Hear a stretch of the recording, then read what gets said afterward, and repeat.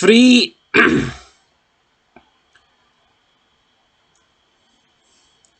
There's been 3 post-WrestleMania WWE TV shows. All 3 of them have sucked on the main brand. Well, tonight finally change that when we actually get a half-decent SmackDown. We're going to find out, guys. Welcome to Fog Wrestling. This is your SmackDown preview for the 15th of April 2022. And straight away, when you see that the Bloodline will not be here tonight, it makes you feel like, wow, there's the main focus of the show pretty much gone. Roman Reigns holds both heavyweight titles. He holds the WWE Championship and the Universal Championship, and if he's not going to be on SmackDown, then that means there's no title feud going forward. Also, the Usos aren't going to be on SmackDown, and that rules out any possibility of the unified tag team story going forward. So straight away, man, that's a massive part of the WWE roster, a massive part of what could have been on tonight's show gone. And I find that pretty amazing, because last week Nakamura came out, confronted Reigns, and then obviously got attacked by the Usos, so apparently that meant absolutely nothing, because they ain't going to continue that tonight, because the Bloodline, for some reason, aren't there. Now, the WWE Offense website has listed several Raw talents to appear on the show, like RK Bro, but WWE aren't announcing this, so that would tell me that these are likely dark matches. So maybe we'll get the RKO in a dark match, maybe Roman Reigns and the Usos will be competing in a dark match, but in terms of the actual SmackDown show, it doesn't look like they're going to be there, and it's just retarded. I mean, if they're available for the dark match, why would you not have them on TV?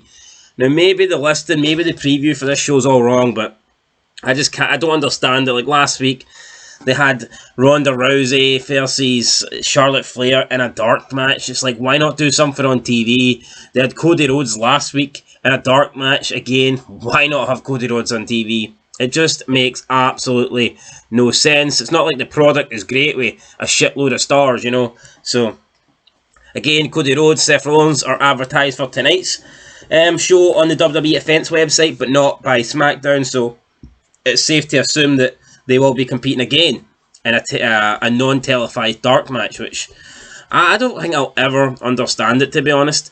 Ronda Rousey is not scheduled to appear anywhere, so I don't think we'll see Ronda Rousey tonight. Charlotte Flair is.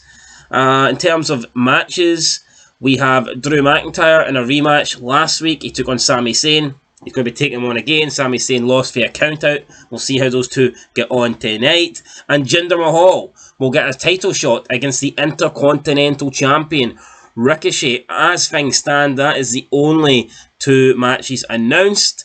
I think Rhea Ripley is still out injured, so whether anything's going to happen with Morgan and the tag champs, Sasha Banks and Naomi, not too sure yet. Liv Morgan lost to Sasha Banks last week on SmackDown. No, she beat Sasha Banks last week on SmackDown, but lost to Naomi on Raw this week, so 50-50 booking at its finest. Who knows what will continue there.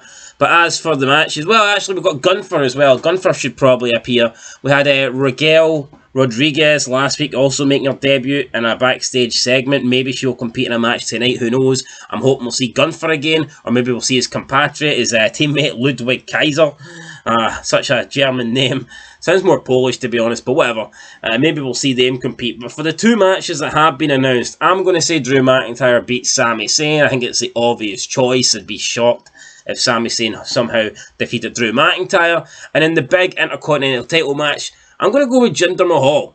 I think it's at Jinder's time, so don't hinder the Jinder. Hopefully Jinder Mahal can get his hands back on a title, because regardless of what people say about Jinder Mahal, his actual run with the world title back on SmackDown in 2017 wasn't that bad. So maybe a run with an Intercontinental title for Jinder Mahal would be pretty good as well. That's it, guys, though. That's pretty much all we have to preview. Not a lot happening on tonight's show. Who knows? Going with not many expectations, and it might actually deliver a pretty good show, because sometimes you go in, you expect it to be good, and it turns out to be absolute shit. So maybe if we go in expecting not a lot from tonight's SmackDown, we might actually be pleasantly surprised by what they turn out. But yeah, we'll see what happens, guys. Till next time, though, leave me your thoughts down below, and I'll catch you in the next one. Peace.